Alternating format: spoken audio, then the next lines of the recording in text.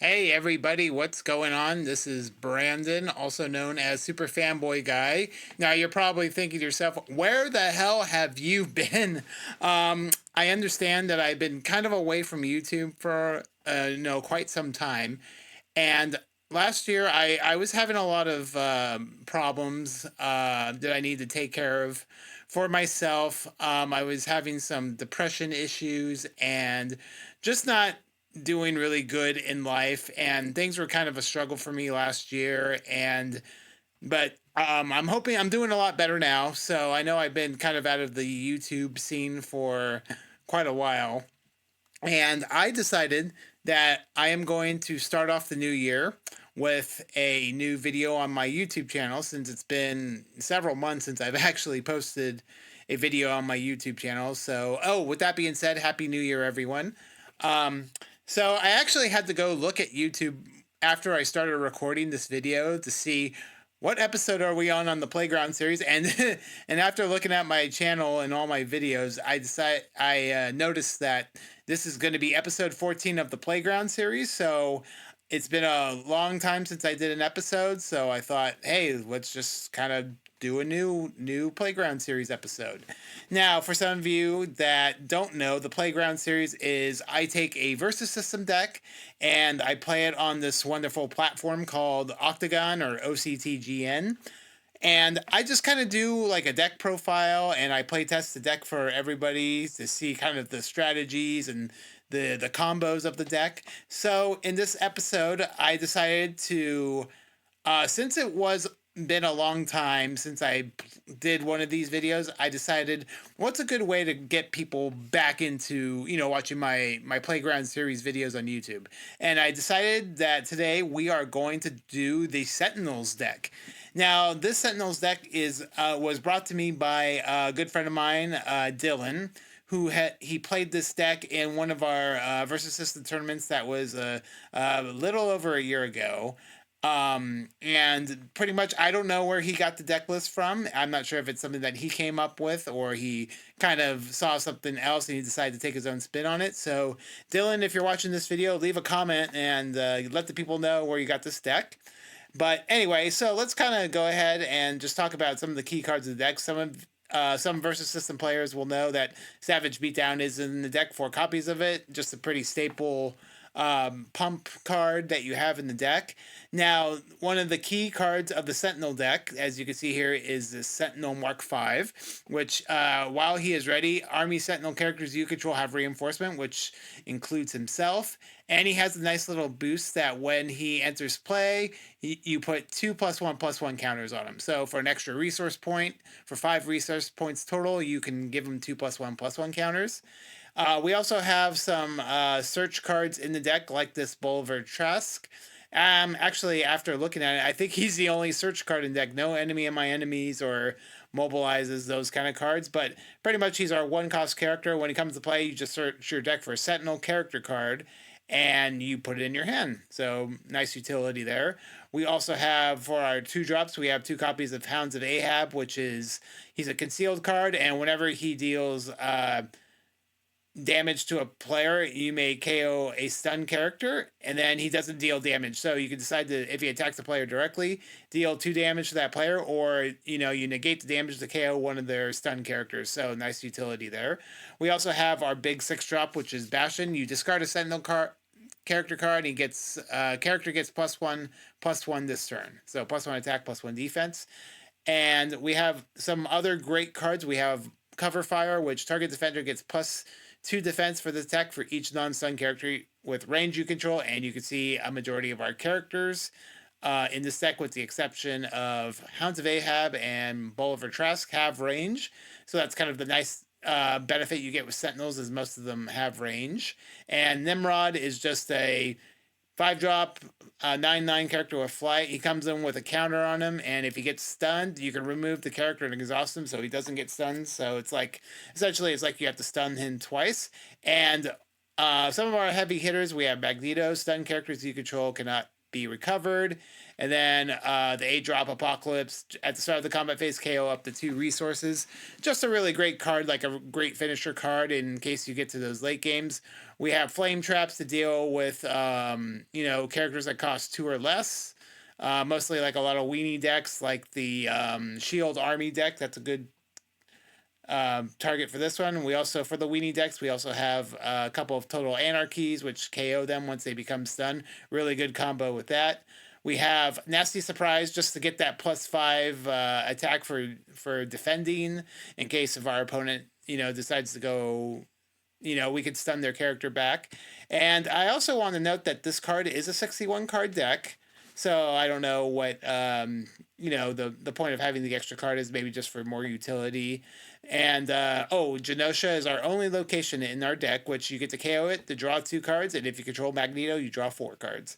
And Search and Destroy is also just another good card to stun a character with a cost 3 or less. And then that character's card reveals the character's in his hand, discards a character of the same name. Just another good way to kind of hack their hand a little bit and to, make sure that we get rid of some of the repeated characters. And of course, finishing move is just KO target stun character by exhausting one of our characters. So I think I kind of went through most of the deck. The 3-drop Sentinel is you get to activate, discard a card, and negate target activated character effect. So like an effect that has like activate, do this, we can negate that, which is also some other good utility. But so that is the deck. So I am going to go ahead and shuffle up the deck, and then we're going to begin playing this deck and show everybody how the deck works. I shuffled the deck a few times, so let's go ahead and get started. So 1, 2, 3, 4. We have a 3-drop, which is not bad. However, I think we could do a little bit better than this, so I am going to mulligan. Okay, not too bad here. We got a 1-drop, a 3-drop, and the plot twist that we could put down. So, all right, let's go ahead and draw our 2 cards, and we're going to resource this down here. And I'm going to peek at that. And then, okay, we're going to go ahead and play this Boliver Trask. So we can search for a Sentinel character card. So we can get either our 2-drop or a 4-drop Sentinel. And depending on what our opponent plays is what we get. So let me go ahead and look at all cards. And then, so it's either Hounds of Ahab or the 4-drop Sentinel. But I think I would take the 4-drop Sentinel because I think there could be good you can since we don't have the 4-drop, he's a very important part of the deck. So I think it's important that we have him. Although you could get the 2-drop Hounds of Ahab.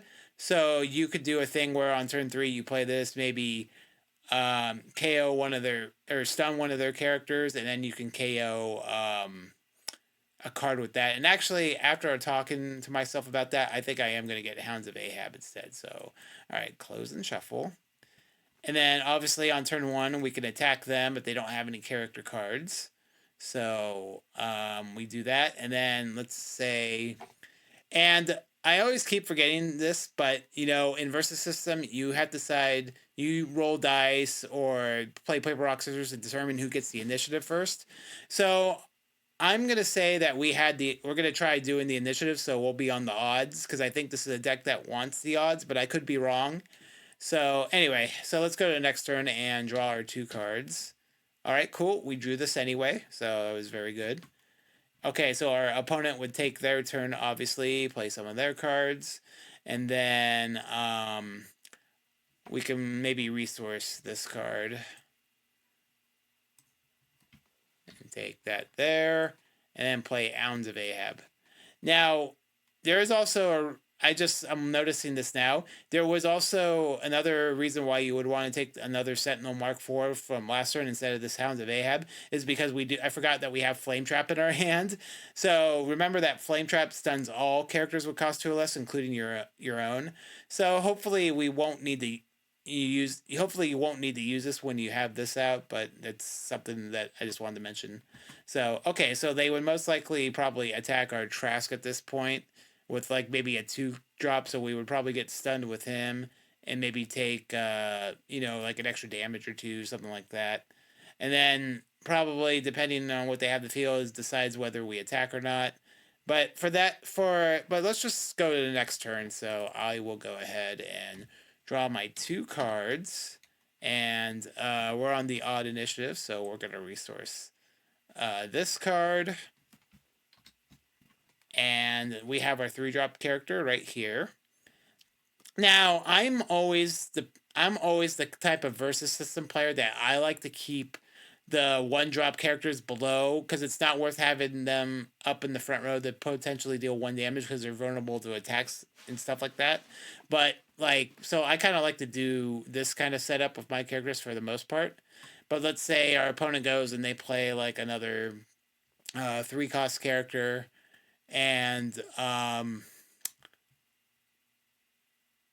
then we'll take our turn. So we could do an attack with the Sentinel, take out some of their characters or whatever, and then Hounds of Ahab could attack directly if they have no characters, and then we could KO one of their stun characters with his effect. So there's all sorts of kind of stuff we could do on this turn. So, but anyway, let's go ahead and whoops, wrong one. Let's go ahead and take the next turn to see what we could do. Draw. Okay, got another plot twist. And actually, it would be their initiative, so they would go ahead and build do their stuff. So, and then we could put that down there, and then we could play this Sentinel Mark V.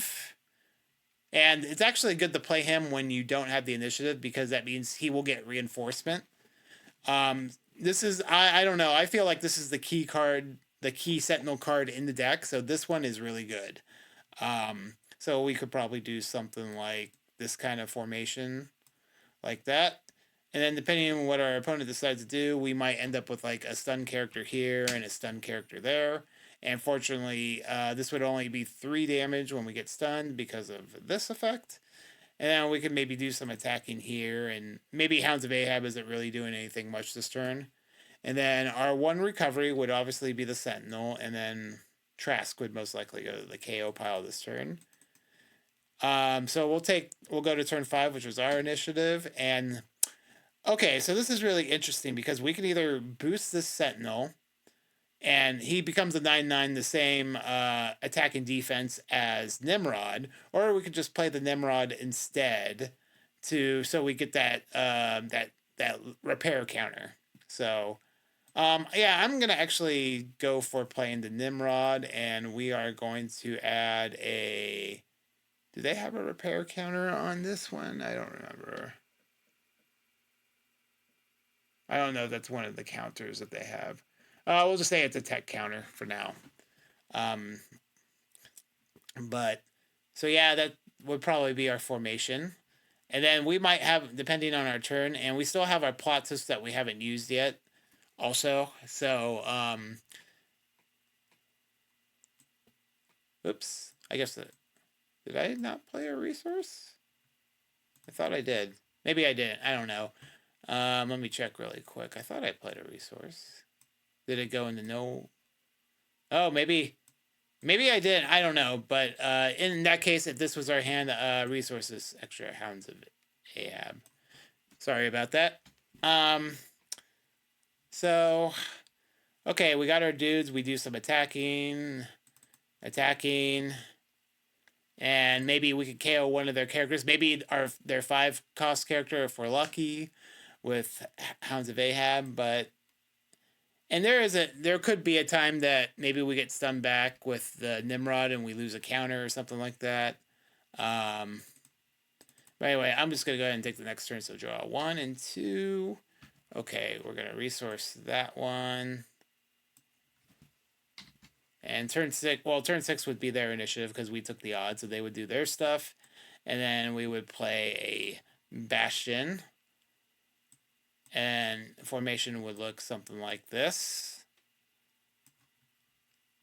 And now when they attack, now we're at a good spot because depending on where they attack, we could activate Bastion's ability to oops. We could activate Bastion's ability to maybe discard a card to give someone like I don't know, Nimrod a +1/+1 counter like that, which could be pretty good. So you could do something like that, or you could, depending on what they do, is obviously how you make your play. Like if they attack their big drop into the Sentinel there, we could flip up Nasty Surprise so we both get stunned back, something like that. Now remember Reconstruction Program. I don't think I talked about this in the deck profile, but we had the ability to return a character card or up to 3 Sentinel Army characters, and you could see underneath the name Sentinel Mark V, right below it, it says Army. So that's how you know if it's an Army card. So we could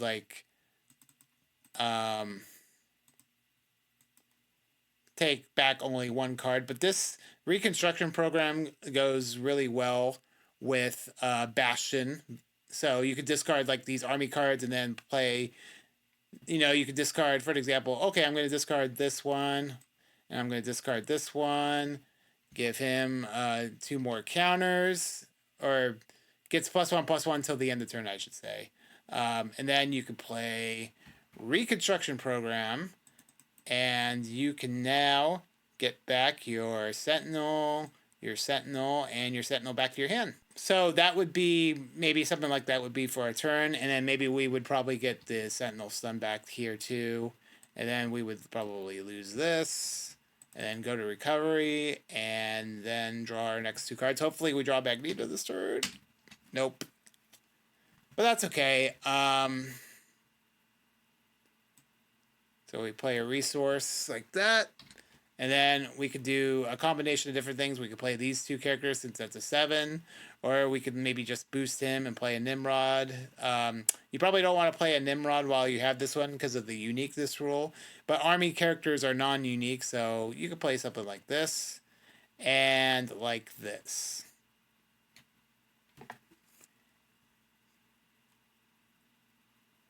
And then you would probably want to cover the Sentinel Mark III behind the bigger guys, so maybe your formation is something like that. And actually, I just forgot that I resourced this, which I didn't mean to. I actually meant to resource this one. So sorry about that. I know it's been a while since I've done one of these videos, so I'm still trying to figure out. It's been a while since I've been on the Octagon, so I'm still figuring out stuff. But yeah, so I'll end the video here because we're at 21 minutes of recording time. So that's kind of like the Sentinels deck, what you could do with it. And I promise that I'll try to do more videos, versus system and other card game content for this year. That's kind of like my New Year's resolution. So, hopefully, yeah, again, I just want to apologize for being on such a long hiatus, but I had to take care of some personal things last year, but it's great to be back recording, sharing videos with everybody, and as I always say at the end of my videos, if you like what you see, make sure to give a thumbs up and subscribe to the channel if you want to see more of this content. Also, I do have a Patreon if you guys are interested in contributing to that, if you want to kind of help me out in the channel a little bit more. So I'll put links in the description of this video. But anyway, thanks for welcoming me being back, and it's good to be back, and I'll see everybody in the next video.